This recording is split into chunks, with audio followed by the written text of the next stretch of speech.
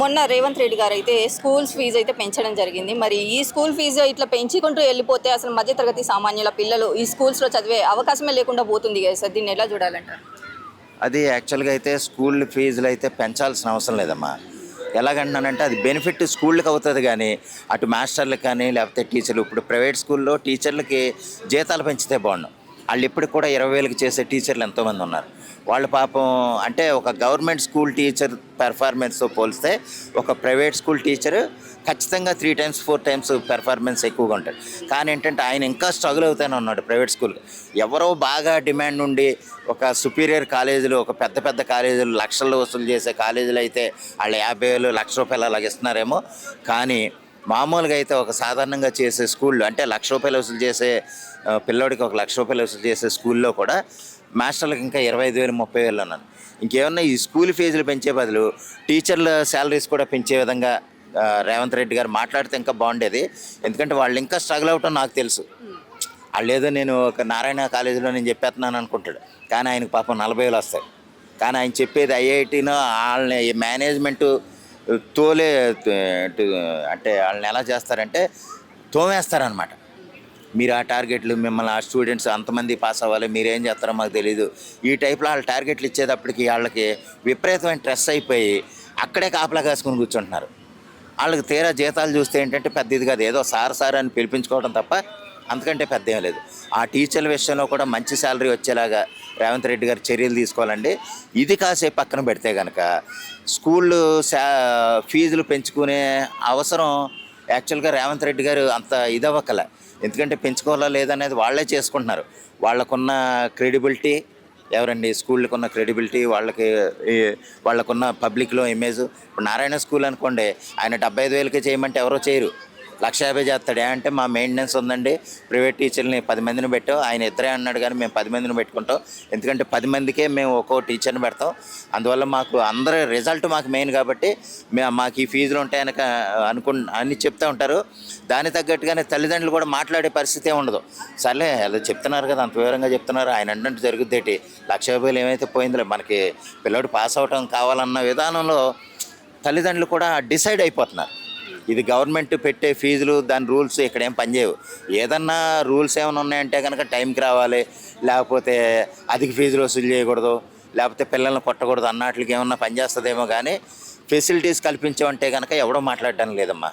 ఇప్పుడు నేను ఏసీ పెట్టానంటాడు, దానికోసం 10,000 ఎక్స్ట్రా వేస్తారు, అంతే కదా. ఇప్పుడు మనకి చిన్న ఉదాహరణ ఎందుకు, మనకి గ్యాస్ ₹1,000 పెరిగితేనే ₹5 ₹10 పెంచేస్తున్నారు. ఆ ₹10 పెంచిన దానికి కానీ ఆడికి ₹1,00,000 వస్తుంది, కానీ ఇక్కడ ₹1,000 పెరిగింది. అలాగేంటంటే ఏదైనా ఫెసిలిటీస్ ఇచ్చామని ఎంతైనా చేసుకోవచ్చు. అది కూడా ఒక రూల్ ఉంది. మేము ఫెసిలిటీస్ కల్పించాం, గార్డెనింగ్ పెట్టాం, గార్డెనింగ్ కోసమే మాకు 5 కోట్లు అయింది, నెల దాని మెయింటెనెన్స్ 3,00,000 అవుతుంది అన్నారంటే ఎవడో మాట్లాడడం లేదు.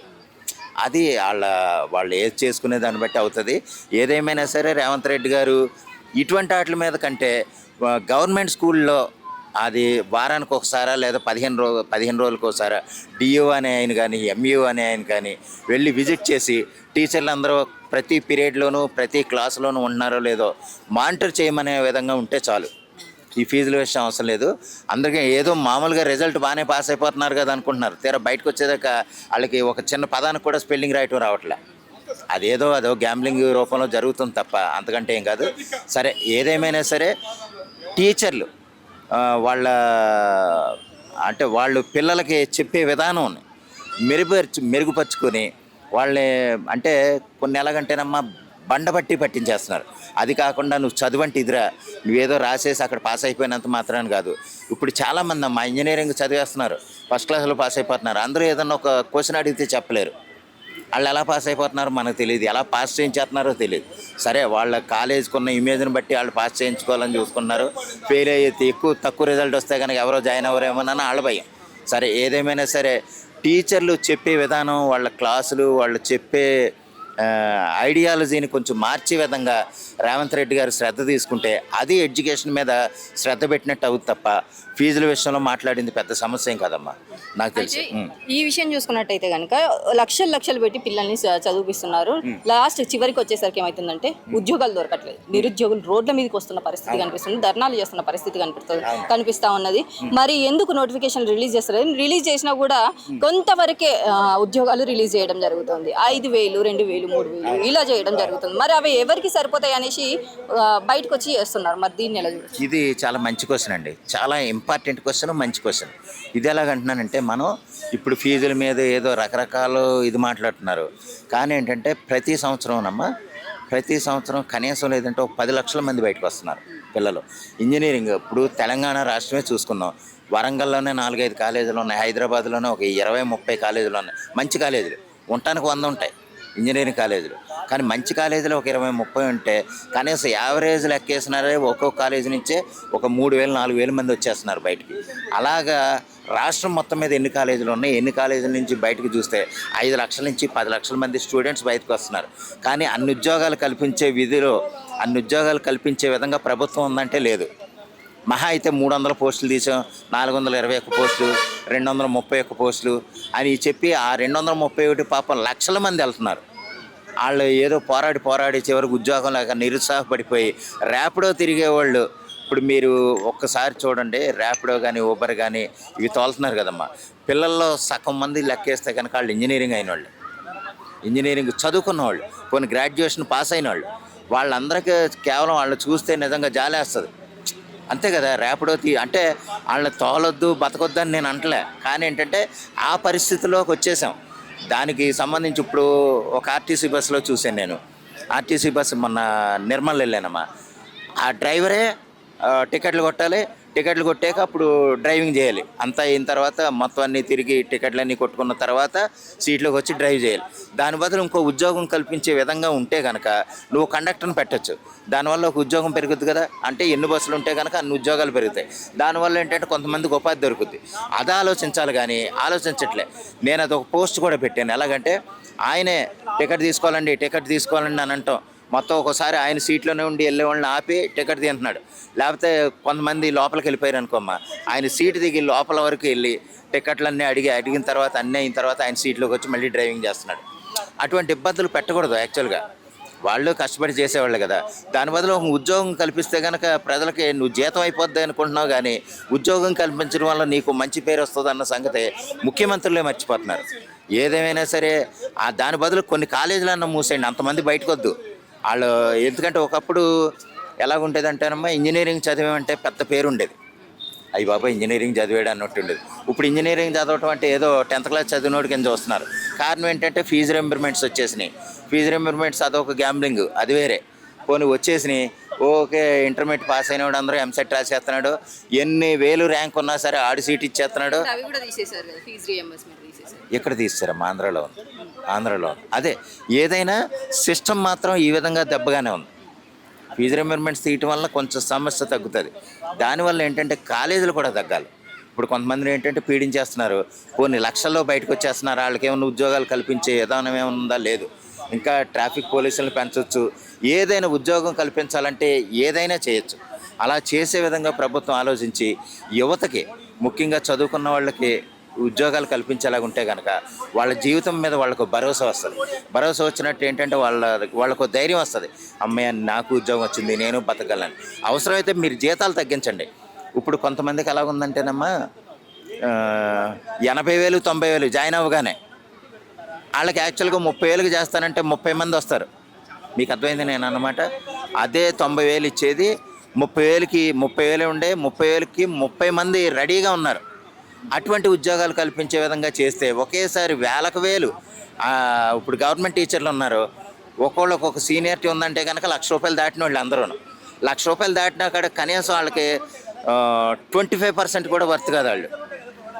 నా ఎక్స్పీరియన్స్లో నేను వాళ్ళని అబ్జర్వ్ చేసిన విధానం చూస్తే దీనికి ₹1,00,000 శాలరీ, వీళ్ళకి ₹1,00,000 శాలరీ అనే విధంగా ఉంది. కనీసం అవగాహన లేని బుర్ర తక్కువ విధానం అనమాట. అంటే ఏదో ఇంటర్వ్యూ, ఏదో ఎగ్జామ్ రాసేశారు, ఏదో సర్టిఫికేట్లు చూపించేశారు, వెరిఫికేషన్ అయిపోయింది, ఉద్యోగం ఇచ్చేశారు. ఈ టైప్ అయిపోతుంది. కానీ అందులో రిజర్వేషన్ తగ్గట్టు మళ్ళీ 35 మార్కులు వస్తే నిన్ను ఉద్యోగానికి ఇవ్వమని ఎవడమ్మా నీకు చెప్పింది? మెరిట్ని చంపేసేది డైరెక్ట్గా ప్రభుత్వ హాస్పిటలే, ప్రభుత్వ కార్యాలయాలు లేకపోతే ప్రభుత్వాలే మెరిట్ని చంపేసేది. నువ్వు 35 మార్కులు వచ్చినోడికి ఉద్యోగం ఇస్తున్నావు, 70 మార్కులు వచ్చినోడు ఎక్కడో పోతున్నాడు. అలాగేంటంటే ఆ రిజర్వేషన్లు కూడా అన్నిటిలోనూ ఉండకూడదు. ఒక విద్యా వ్యవస్థలో అయితే ఖచ్చితంగా రిజర్వేషన్ ఉండకూడదు, వైద్యంలో ఒక రిజర్వేషన్ ఉండకూడదు. మెరిట్ ఉన్నవాడిని అక్కడ పోషించేలాగా ఉంటే కనుక ఆడి సేవ నీకు ఉపయోగపడుతుంది. 35 మార్కులు వచ్చిన వాడికి ఎడ్యుకేషన్ అన్న పదానికి కూడా స్పెల్లింగ్ రాదు. నేను చూసాను అటువంటి వాళ్ళని. ఆడికి మళ్ళీ 78,000 శాలరీ. మేము ఎందుకంటే జిరాక్స్ తీసేవాళ్ళం. అటువంటి వాళ్ళని పోషించి ఆడికి స్పెల్లింగే రానివాడు ఇంకా పిల్లలకి ఏం చెప్తాడమ్మా? చెప్పాల్సిన పని కూర్చుంటాడు. వాళ్ళని ఉద్యోగం తీసే ఇది కూడా వీళ్ళు ఏం చేయలేరు. ఆ విధంగా దిగజారిపోయిన వ్యవస్థలు అన్నమాట ఇవన్నీ. ఎందుకంటే ఇప్పుడు ఏదో వాళ్ళ ఇమేజ్ కోసం ఏదో 500 దాటి వచ్చిన వాళ్ళని చేసేస్తున్నారు. కానీ వాళ్ళ నిజంగా వాల్యుయేషన్ చేస్తే కనుక 10% కూడా పాస్ అవ్వరు. మరి ఇప్పుడు చూసుకున్నట్టయితే కనుక జాబ్లు ఏవైతే రిలీజ్ చేశారో వాటికి కూడా అప్లికేషన్ ఫీజు అయితే పెంచడం జరుగుతుంది. 200 ఉన్నది 1000 రూపాయలకు పెంచడం జరిగింది. మరి ఇలా పెంచుకుంటూ పోతే మరి సామాన్యులు అంటే దేనికి ఇబ్బంది పడుతున్న, డబ్బుకి ఇబ్బంది పడుతున్న విద్యార్థులు ఎలా చేసుకుంటారు? ఇది ఒక వ్యాపారం అమ్మ, గవర్నమెంట్ చేసే వ్యాపారం. ఎలాగంటే మీరు ఏదైనా పోస్ట్కి అప్లై చేయాలంటే మొన్న మా అబ్బాయితో చేయించాలనుకున్నాం. 1250 రూపాయలు. 1250 రూపాయలు కానీ ఏమి ఇచ్చేస్తారండి వాళ్ళు? 1250 రూపాయలకి వెళ్ళి కూర్చొని రాస్తాడు. దాని బదులు ఏదైనా ఒక ఇన్వెస్టిగేటర్ని పెడతారు, ఒక పేపర్ ఇస్తారు, అంతే కదా. దానికోసం 1250 రూపాయలు వసూలు చేయటం అంటే ఎన్ని వేల మంది రాస్తే ఎన్ని 1250 నువ్వు వ్యాపారం చేస్తున్నావు? అంతమంది రాస్తున్నారు. అన్ని ఉద్యోగాలు ఏమన్నా నువ్వు ఇచ్చే స్థితిలో ఉన్నావా? ఇది పెద్ద దోపిడీ. 750 రూపాయలు, 650 రూపాయలు, 1200, 1800 దోపిడీ చేసేస్తున్నారు గవర్నమెంటే. నువ్వు ఒక ఎగ్జామ్ రాయటానికి కూడా నీకు అన్నీ డబ్బులు అంటే ఇంటర్నెట్గా అదే ప్రజల దగ్గర దోపిడీ చేయటం. యాక్చువల్గా అది 200 అయినా సరిపోద్దమ్మా. ఇప్పుడు కొన్ని వేల మంది రాస్తారు. వేల మందిలో ఇంటూ 200 లెక్కేస్తే ఆ వచ్చిన ఇన్విజిలేటర్గా ఆ డబ్బులు సరిపోతాయి. కానీ ఎందుకు వేలల్లో 100లోనూ వసూలు చేస్తారో నాకు అర్థం కాదు.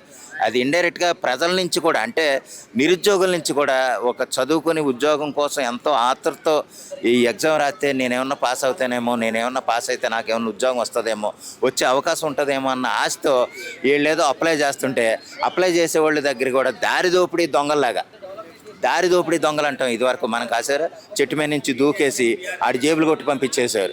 అటువంటి ఎదవలతో సమానం అయిపోయారు గవర్నమెంట్ వీళ్ళు కూడా. అలాగ దారి దోపిడీ ఎదవల్లాగా పిల్లల దగ్గర కూడా దోచేసి వాళ్ళ కనీసం ఓకే ఉద్యోగాలు ఎంతమందికి వస్తున్నాయి? 2000 మందో, 3000 మందో, 3 లక్షల మందో రాస్తే 300 మందికి కూడా ఉద్యోగాలే. పాపం అంత ఆశతో వాళ్ళు ప్రతి ఒక్కళ్ళే అటెంప్ట్ చేయటమే. 3000 మంది ఇంటూ పోనీ అంత లెక్కేస్తే ఎంత అవుద్దమ్మా? అంత వ్యాపారం చేస్తున్నారు. ఆ వ్యాపారాన్ని కొంచెం ఆపాలండి గవర్నమెంట్, ముఖ్యమంత్రులు మీరైనా కొంచెం శ్రద్ధ వహించి పిల్లలకు ఉద్యోగాలు ఇచ్చిన తర్వాత మొదటి జీతం తీసేసుకోండి. పోనీ మీరు ఉద్యోగాలు ఇవ్వండి వాళ్ళకి. ఇదిగో మీకు ఇన్ని ఖర్చులు చేసాం, మీరు ఇన్ని ఎగ్జామ్లు రాశారు, ఇన్ని ఎగ్జామ్లు రాసినందుకు అంటే డేటా ఉంటుంది కదా. నువ్వు పలానా ఏపీఎస్సి రాసావు, లేకపోతే గేట్ రాసావు, ఇదిగో ఆ రోజు 2800 అయింది, ఈ రోజు 1800 అయింది, ఈ రోజు ఇదైంది. అలాగనుకుని అతనికి ఉద్యోగం వచ్చిన తర్వాత వసూలు చేయండి. అది మర్యాదగా ఉంటుంది, గౌరవంగా ఉంటుంది. కానీ రాకముందే ఆడి దగ్గర దోపిడీ చేసేసి అంటే కొంతమందికి అది సమస్య కాకపోవచ్చమ్మా, కానీ చాలామందికి సమస్య. చాలామందికి అయితే ఖచ్చితంగా సమస్య. అటువంటి వాళ్ళనే కులం సర్టిఫికేట్ పెడుతున్నారు, ఇన్కమ్ సర్టిఫికేట్ పెడుతున్నారు. ఆ ఇన్కమ్ సర్టిఫికేట్ పెట్టైనా సరే అది కూడా అలా కాదు. ఏ పిల్లోడికైనా సరే ఉద్యోగం వచ్చిన తర్వాత అతను ఎంతగా అయితే ఖర్చు పెట్టావో, అతనికి ఎంతైతే నువ్వు ఖర్చు పెట్టావో అంతా వసూలు చేసుకో. అంతేగాని ముందు దోపిడీ చేసే విధంగా దారి దోపిడీ కాసే దొంగ వేదాల్లాగా ప్రభుత్వాలే ముందు దోపిడీ చేయొద్దు అనేది నా మనవి. Thank you.